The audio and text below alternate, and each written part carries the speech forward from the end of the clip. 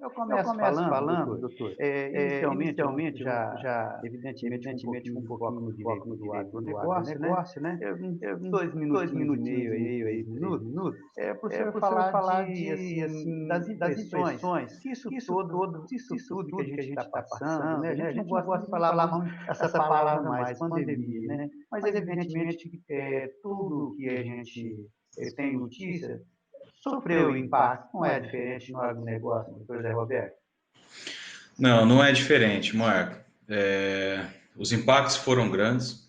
Quando pensamos em agronegócio, nós sabemos o tamanho da cadeia, né, as inúmeras atividades que estão envolvidas, e o impacto foi muito significativo. Até mesmo para tentar entender a profundidade dos impactos, eu separei em 3 grupos. O primeiro é o impacto de ordem operacional. De todas as atividades essenciais que foram relacionadas no decreto federal, decreto estadual e tantos que saíram por aí, a mais essencial delas é o agronegócio. A produção de alimentos, ela não é que ela tem o direito de continuar. A produção de alimentos tem o dever de continuar, né? A sobrevivência nossa depende disso. E esse dever de continuar produzindo traz intrínseco, né, uma produção segura, tanto para os alimentos, mas nesse momento de pandemia, para as pessoas que estão envolvidas.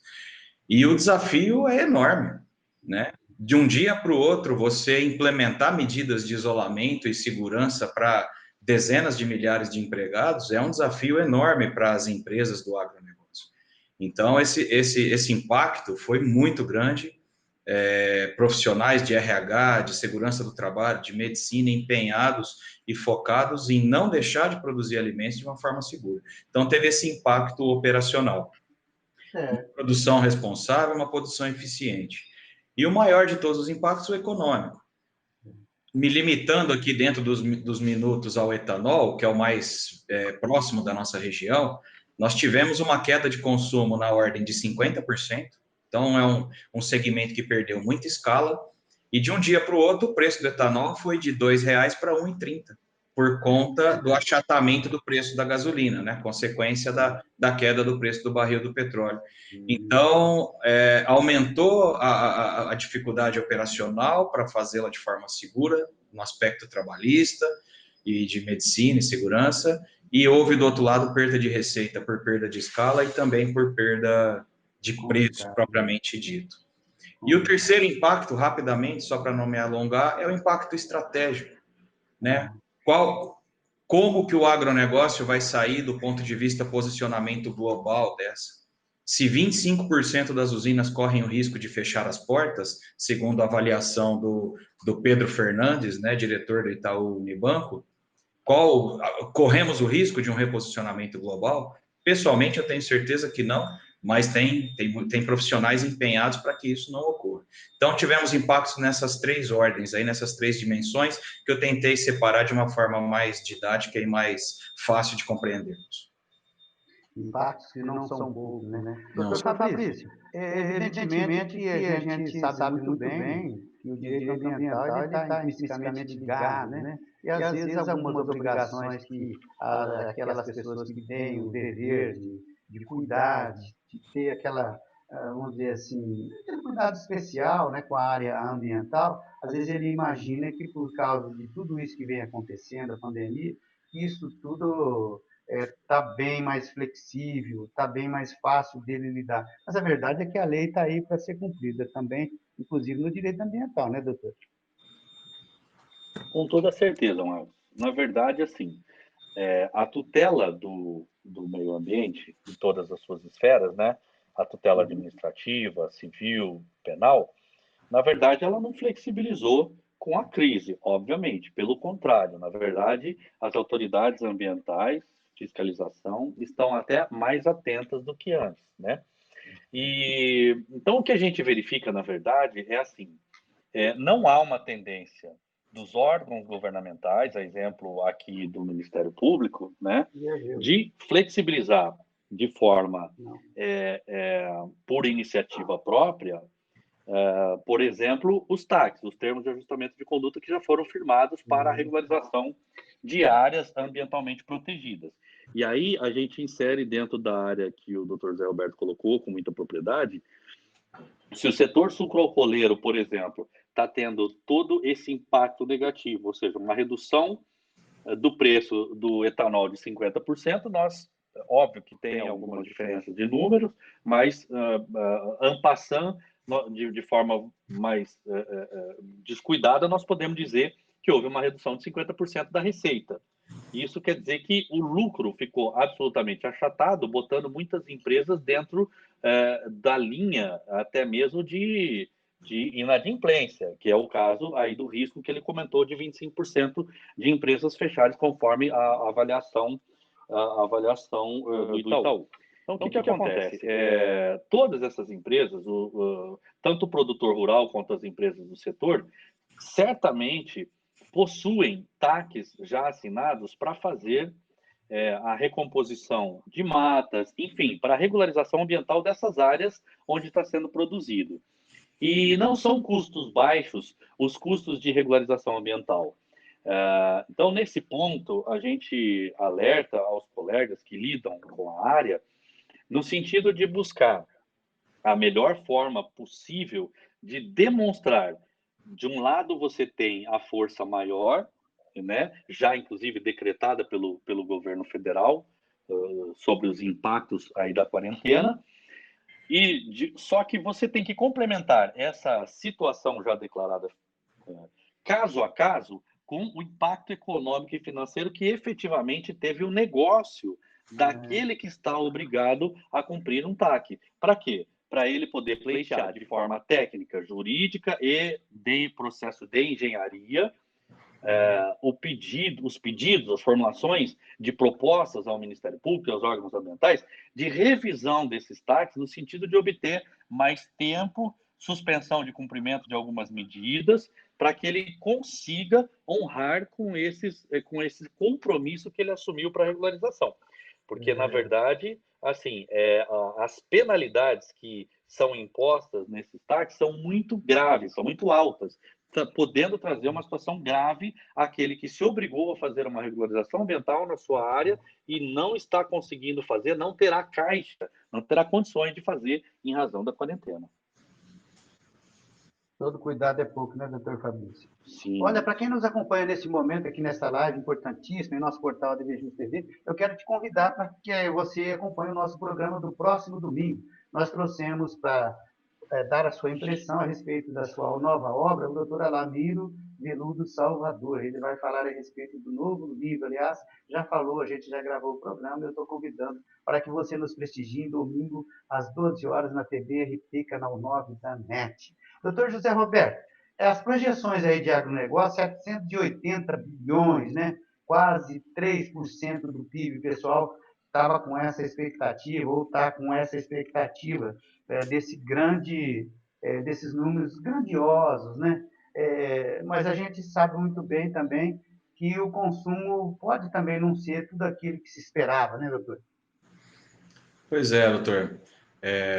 Ontem eu estava vendo já alguns estudiosos da economia falam em retração de 7% no PIB, o que também não está muito fora do que acontecerá com os outros países. Mas também há notícias de recuperação de preço por conta da desvalorização de moeda, né, o aumento do dólar. Mas as perspectivas realmente não são boas do ponto de vista da velocidade de retomada, e há um risco que também preciso pontuar aqui, para o produtor rural, pessoa física, né? Quando pensamos em agronegócio, a nossa mente vem as grandes trades, as grandes agroindústrias, mas quem deve suportar uma boa parte dessa recessão são os produtores rurais, que terão uma receita menor em função de redução de preço de ATR, no caso da cana, mas os seus custos podem até subir, porque os insumos da produção agrícola, muitos são taxados em dólar, e o dólar está subindo. Então, as perspectivas são heterogêneas quando pensamos em agroindústrias e grandes companhias e no produtor rural. Doutor Fabrício, gostaria que o senhor falasse um pouquinho do PRA, né? Pessoal, inclusive, quando eu soube que a gente iria falar um pouquinho a respeito desse assunto, Essa pergunta aqui, doutor Fabrício, nos foi colocada. O pessoal quer saber um pouquinho o que o senhor tem para externar a respeito desse programa do PRA, doutor Fabrício. Vamos lá, Marco. O Programa de Regularização Ambiental é uma previsão do nosso novo Código Florestal. Infelizmente, ele sofreu vários percalços para ser colocado em prática. E, assim, como ele é a competência legislativa, ela é derivada ou residual, nós vamos falar especificamente do nosso estado de São Paulo, tá? O que acontece? Houve inúmeras ações contra a diretrizes da regularização ambiental desde a promulgação do Código Florestal, né? Porque as linhas gerais do Código Florestal estabeleciam a possibilidade de compensação, por exemplo, da reserva legal, né? A reserva legal florestal, todos sabem, é o percentual de 20% da propriedade que todo proprietário rural deve ter de mata dentro da sua propriedade. Sempre foi assim no Código de 66.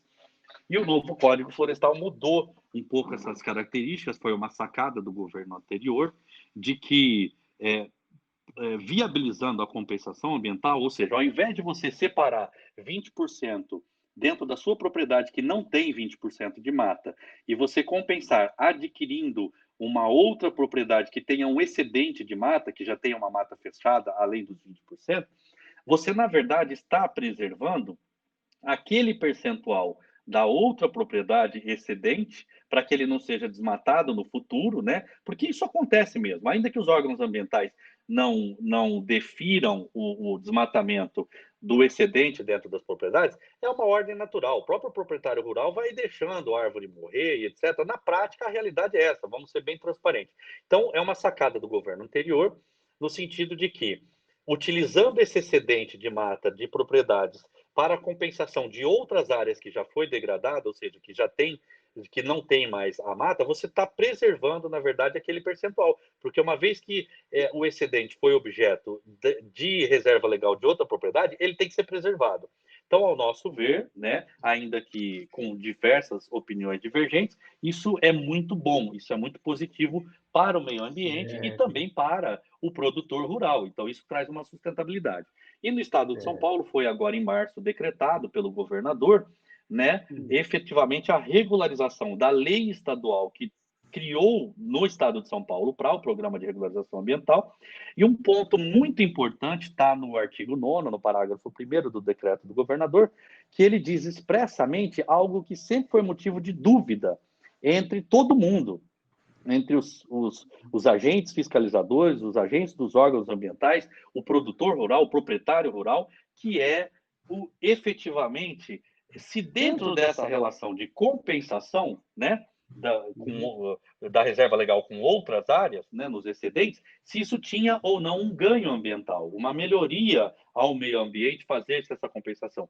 E agora está decretado pelo Estado de São Paulo, pelo artigo 9º, parágrafo 1º, que há o ganho ambiental, ou seja, de forma inovadora, esse decreto previu expressamente esse ganho ambiental.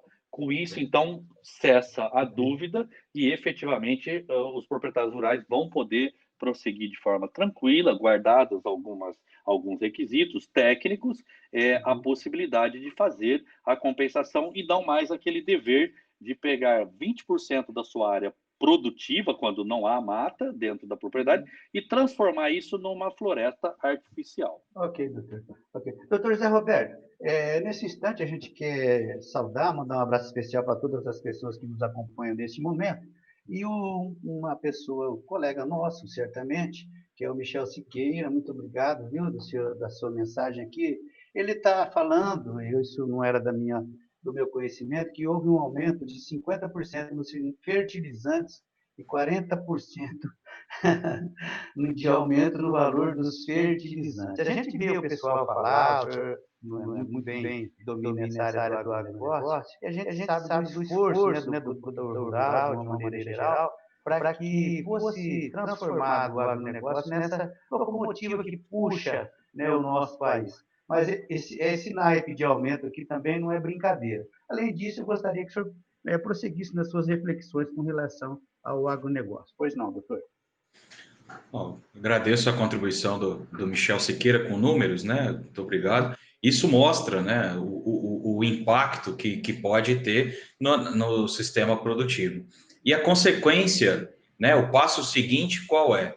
As partes, de um lado ou de outro, o produtor ou o adquirente da produção, buscarem a revisão dos contratos, né? Almejando aí o reequilíbrio das obrigações, dos interesses. Há previsão legal, né, de duas ordens. Há a previsão legal sobre a obrigatoriedade dos contratos, né, o conhecido pacta sunt servanda, o contrato ele tem que ser cumprido da forma estabelecida, da forma externada pelas partes ali ao materializar a vontade no instrumento contratual, mas também há a previsão de que, em momentos inesperados, totalmente imprevistos, que a parte que se sentir prejudicada pode pleitear a revisão do contrato. E o que eu faço questão de frisar aqui, Marcos, é que as partes evitem o poder judiciário para isso. Que haja um canal de comunicação aberto, que haja uma maturidade empresarial e operacional das partes se falarem, apresentarem os seus números, os seus argumentos e os seus fundamentos em um ambiente de negócios, né, um ambiente ético e profissional, e quem sabe ali consigam chegar a um termo comum, né, formaliza o respectivo aditivo contratual, ou em casos mais extremos, até mesmo uma rescisão desse contrato, porque o poder judiciário vai colapsar talvez tanto quanto a saúde. Muitas empresas, temos visto números aí assustadores de recuperações judiciais que estão sendo encaminhadas. Então, no agronegócio, a locomotiva do país, responsável por 20% do nosso PIB, né, emprega milhões de pessoas aí pelo Brasil, esse espírito conciliatório de entender que estamos passando um momento ímpar na humanidade, nunca aconteceu isso com essa grandeza, né, com essa rapidez, vamos dizer assim. Então, essa busca por uma conciliação amigável no ambiente contratual vai ser fundamental. E, nesse momento, os advogados são essenciais à justiça, como já diz a nossa Constituição. Podemos orientar, ajudar, explicar os caminhos, alternativas legais, e logo, logo ultrapassaremos essa fase ruim, né? Essa fase nefasta que estamos passando. Esperamos que seja breve, né, doutor? A gente imagina que esse mar aí tempestuoso que a gente vive nesse período de pandemia, e quem sabe se dissipe o quanto antes, né? E a gente aqui no ADBjus, no ADB Especial, a gente sempre fala, né, da importância do profissional especializado em cada matéria, né? É muito simples, aquelas pessoas que estão me acompanhando agora e que às vezes têm apenas um conhecimento superficial, né, do trabalho do advogado, eu costumo dizer que a advocacia atualmente ela não é diferente, por exemplo, da medicina. O que eu quero externar é que se você tem um problema de coração, você deve procurar o cardiologista. Se você tem um problema de cabeça, é outra especialidade, um outro especialista que você deve procurar. O agronegócio é uma área nova, até certo ponto, mas uma área que exige também um profissional que tenha essa especialidade ali no trato com contratos. E também não é diferente na questão do direito ambiental, e justamente necessita de um profissional que saiba realmente onde estão ali os melhores caminhos, os melhores links, né, dentro daquelas nuances que aparecem no dia a dia das pessoas que necessitam ali mudar alguma coisa dentro do direito ambiental. Doutor Fabrício, nesse naipe, né, eu só queria só confirmação se essas palavras que eu disse realmente elas estão no viés que a gente imagina que esteja certo. E depois também eu gostaria de uma reflexão com respeito à suspensão, dilação de prazo, né? O senhor até já falou um pouquinho, deu uma dica aí, mas são assuntos assim que são muito caros e que as pessoas estão também aí na expectativa. Doutor Fabrício, por favor. Marco, na verdade, assim, as duas situações que você colocou, primeiramente eu concordo por absoluto com o seu posicionamento, e as duas situações elas estão absolutamente interligadas. Porque, veja bem, com relação à possibilidade de suspensão de prazos para implantação de medidas de regularização ambiental na propriedade rural, eu vejo perfeitamente factível, como já estou encaminhando no Poder Judiciário e também fazendo essa mediação já junto ao Ministério Público, que é papel do advogado ser um pacificador, e em vários casos nossos aqui do escritório, é justamente que o nosso cliente está necessitando de uma dilação de prazo para implantação dessas medidas, tá? Então, aí vai na área específica que você colocou, né, dentro da sua especificidade, muito bem colocada a analogia, o médico de joelho, o médico de cabeça. O que acontece? Eu não posso simplesmente fundamentar um pedido ao Ministério Público ou a um órgão ambiental onde foi firmado um TAC, que ele me dê uma dilação de prazo por conta aí dos impactos da quarentena simplesmente. A demonstração da dificuldade econômica e financeira daquele que se obrigou a implantar as medidas de regularização, ela é apenas um dos pressupostos para a gente obter êxito neste pleito. O segundo é o mais importante, ao meu ver, porque, na verdade, dificuldade econômica e financeira, sem fazer tábula rasa e falando com todo respeito a todos os que estão enfrentando a dificuldade, mas é a sociedade de uma forma geral, é praticamente todo mundo que está com essa dificuldade. Então, eu vejo que o segredo está justamente na especificidade do conhecimento técnico para sustentar, nesses pedidos de dilações de prazo para cumprimento de obrigações, a parte de que não haverá uma perda ambiental, ou seja, eu tenho que fazer um pleito sustentável. Vou tentar te dar um exemplo prático. O meu cliente se comprometeu a constituir uma reserva legal no prazo, por exemplo, de 2 anos. Os TACs antigos costumavam ser dessa forma, após a aprovação do plano de plantio junto ao órgão ambiental. Antigamente a CBRN, agora isso daí passou a competência do Estado de São Paulo, da Secretaria de Agricultura. Muito bem. O que acontece? Se o meu cliente não vai ter condição de implantar e ele vai precisar de uma dilação de prazo, se eu não demonstrar de forma técnica que ele implantando, ao invés de 2 anos, em 5, em 10, isso não vai ter perda ambiental, porque o ciclo ambiental, os efeitos todos dentro dessa implantação, na natureza, ele pode durar décadas, há casos que até milênios, entendeu? Então, assim, a gente conseguindo demonstrar tecnicamente que, em razão do impacto econômico e financeiro, a dilação do prazo não traz nenhuma perda ao meio ambiente, né?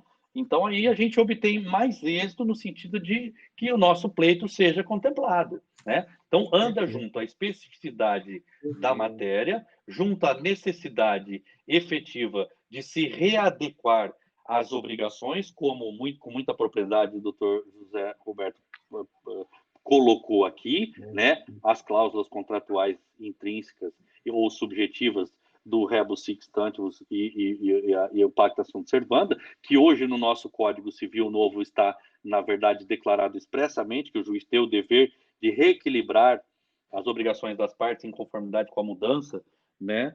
As obrigações em razão das mudanças econômica e financeira. Entendo que a gente pode fazer isso também na área ambiental, porém, sem deixar de demonstrar a sustentabilidade, ou seja, tecnicamente que aquela obrigação sendo postergada, não haverá prejuízo ao ambiente. É isso mesmo.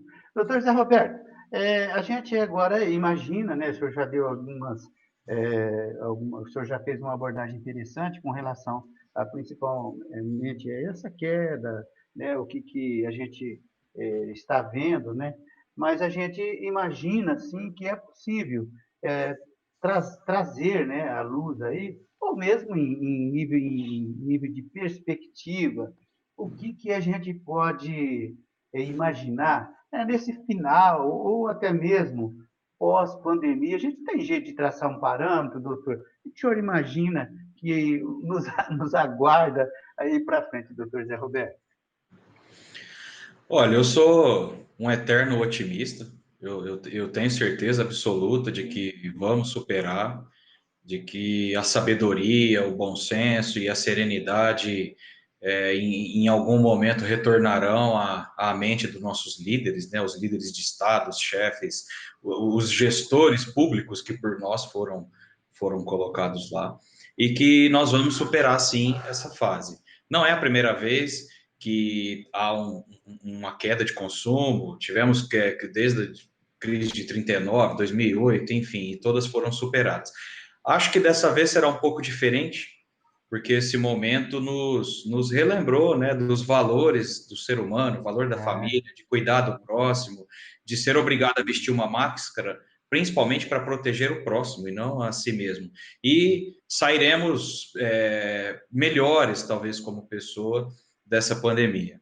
A economia, ela vai se acomodar, né, o sistema produtivo ele vai se acomodar, logo, logo os negócios estarão restabelecidos, os milhões de, né, as milhões de pessoas que perderam seus empregos, né, reencontrarão o seu caminho, voltarão a ser produtivas, com um apoio, né, muito, muito importante de quem exerce a liderança, de nível municipal, nível estadual, nível federal. Esse ano temos eleições, provavelmente teremos reflexos, né, até mesmo na hora de escolher um próximo gestor público. E eu tenho certeza que o meio ambiente, como muito bem colocou o doutor Fabrício, vai continuar sendo preservado, sendo reconstituído, talvez com essa necessidade de uma adequação de prazo, de investimentos, né? E logo, logo retomaremos a um novo normal, e melhores como pessoas, melhores como os profissionais, e infelizmente carregando um número grande, enorme de vítimas, mas sairemos em breve dessa. Certeza. Doutor Fabrício, temos que manter as esperanças, né, independente de qualquer área de domínio, ou mesmo que a gente está passando agora, temos aí nos últimos dias uma flexibilização com relação a algumas possibilidades de abertura de funcionamento de comércio, especialmente é evidente que trazemos um pouquinho a brasa para a nossa sardinha, os escritórios de advocacia. Eu acho que independente de tudo, doutor Fabrício Martins, a gente tem que manter as esperanças e continuar, como diz a música, tocando em frente, é isso, doutor? Com toda certeza, Marco. Eu concordo também, a minha linha é a mesma do Dr. José Roberto, a sua também. Eu sou um eterno otimista. Eu entendo que a gente, na verdade, assim, a economia e tudo, ela é gerida pelo ser humano, né? Sem o elemento gente, o elemento ser humano, nada se concretiza, nada caminha. E eu também partilho da mesma opinião do Dr. José Roberto, que essa quarentena imposta a nós trouxe o homem à reflexão, né? Nós estávamos vivendo de forma automática, com uma atividade no nosso subconsciente absurda, sendo feito tudo de forma automática, pelo imediatismo que a nossa sociedade está acometida. Então, foi uma oportunidade, sim, né, do ser humano voltar para ele próprio, voltar para sua família, para reflexão.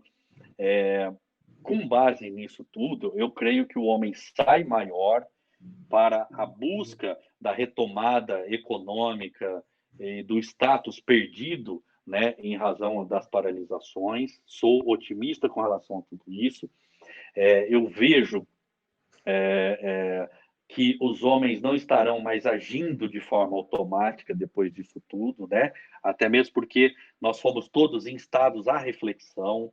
Eu tenho tido um trabalho muito grande na atividade de mediação, de intermediação de conflitos, muito maior do que sempre. Eu acredito que aquela dificuldade do ser humano em buscar o caminho da pacificação está sendo dirimida pela necessidade imposta em razão da crise toda. E então, por isso tudo é que eu constato, né, em todos os acontecimentos, um otimismo muito grande, acreditando que o ser humano vai lidar melhor com tudo isso pós-crise, independentemente do que a gente ainda tiver que enfrentar, se as curvas serão achatadas, se normalizar, se efetivamente teremos vacina, etc. Então, sou sempre um otimista, acredito nesse posicionamento e fico feliz que a nossa posição aqui está em comunhão. É isso mesmo. É isso mesmo. Doutor José Roberto, nós estamos no finalzinho da nossa live, ainda tem aí um minutinho e pouco. Professor, fazer uma consideração com relação, evidentemente, à sua área de domínio, né, ao direito do agronegócio, que eu também sou um admirador dessa área, igualmente a área do direito ambiental. E, evidentemente, que a gente também quer deixar uma mensagem de otimismo pessoal, né, doutor? Eu tenho a impressão que isso também seria seu pensamento. É exatamente isso, doutor Marco. Sim, para finalizar, agradecer a oportunidade. É sempre uma honra, um prazer enorme estar aqui. Tive o privilégio de ouvir aqui o Dr. Fabrício, que externa um domínio enorme pela área ambiental, sensível, né, a questão dos cumprimentos dos TACs, o quanto isso atormenta aquele que celebrou o compromisso. E a mensagem final que eu deixo é, antes de tudo, temos que cuidar das pessoas para que elas cuidem bem dos negócios. E assim manter o nosso país forte, né, um país vigoroso, e seguir em frente aí na evolução da sociedade, na evolução coletiva e buscando a nossa satisfação, a nossa felicidade plena, lembrando, né, a essencialidade dos profissionais, cada qual no seu setor, dentre eles a advocacia, que o seu programa e o seu canal abre para nós essa porta aqui para podermos falar um pouco, né, para colocarmos para fora o que a gente pensa, o que a gente faz, o que a gente pode atuar e trabalhar, cada profissional, né, cada colega aí do ADV Jus, do ADV Especial, e com certeza estarei assistindo domingo o nosso querido programa. Agradecer a todos que participaram, que assistiram, e até a próxima. Isso mesmo, doutor. Doutor Fabrício, olha só, eu me sinto muito lisonjeado e feliz de ter o senhor aqui juntamente com o doutor José Roberto. São só palavras afetuosas de carinho com o ADV Jus. Mas eu posso dizer para você, nessa consideração final, que a recíproca também daqui é completamente verdadeira, meu caro. Muito obrigado, Marco.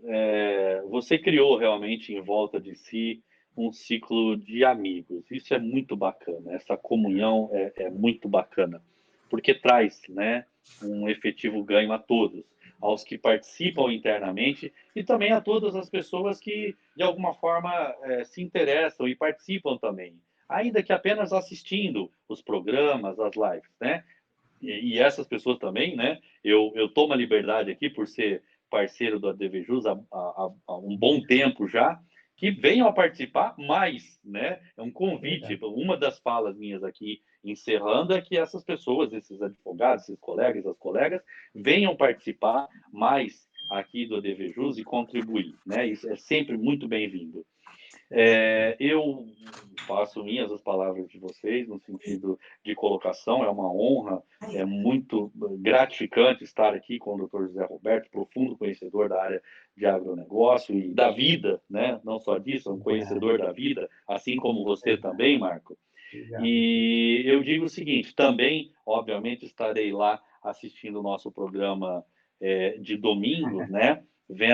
Ouvindo e vendo a palavra ali do Dr. Alamiro, um grande amigo que galgou uma posição de extremo destaque, que apenas enriquece a advocacia ribeirão-pretana, né? Assumindo a cadeira titular da cadeira de Direito Penal da USP, muito disputada, inclusive, pelos mais velhos ali, digamos assim, os mais experientes em São Paulo, e o doutor Alamiro, apesar de ser jovem, conquistou essa cadeira, então merece todo o nosso carinho, nossa parabenização, nossa congratulação. Eu deixo aqui, finalizando, uma mensagem a todos, de que privilegiem no seu dia a dia, efetivamente, aquele dever cristão que nós temos de pacificação de todos os conflitos que vierem à mão. E que deem o máximo de si para solucionar toda a situação que vier à mão. Assim como disse Salomão no livro de Eclesiastes. O homem, indiscutivelmente, um dos mais sábios de todos os tempos. Então, tenham esse carinho e esse cuidado, né? Agora que nós fomos chamados à reflexão, todos os colegas, de fazer o máximo de si em todas as situações que vierem à mão para ser feita. Muito obrigado, obrigado a cada um ouvinte, obrigado, doutor José Roberto, e muito obrigado, meu querido Marco. Tá certo. Olha, meus amigos, eu posso simplesmente fazer minhas as palavras do doutor Fabrício, do doutor José Roberto, são grandes profissionais, excelentes pessoas e excelentes amigos. Assim, eu encerro a nossa live de hoje, nesse dia 4 de junho, nesta manhã de quinta-feira, diretamente aqui do portal ADVJus. Reitero o convite para que você se inscreva no nosso canal, que é youtube.com/advjusnet. E também que você nos prestigie através do nosso site, através do nosso ADVJus TV, na TV RT, canal 9 da NET. Digo ainda que se você é advogado ou advogada e gostaria de participar do ADV Especial, você está convidado. Nós estamos de portas abertas. Muito obrigado, meus amigos, inclusive a todos vocês que nos prestigiaram nesta manhã. Um abraço especial a todos os familiares, os colegas do ADV Especial. Um forte abraço, gente. Até o próximo.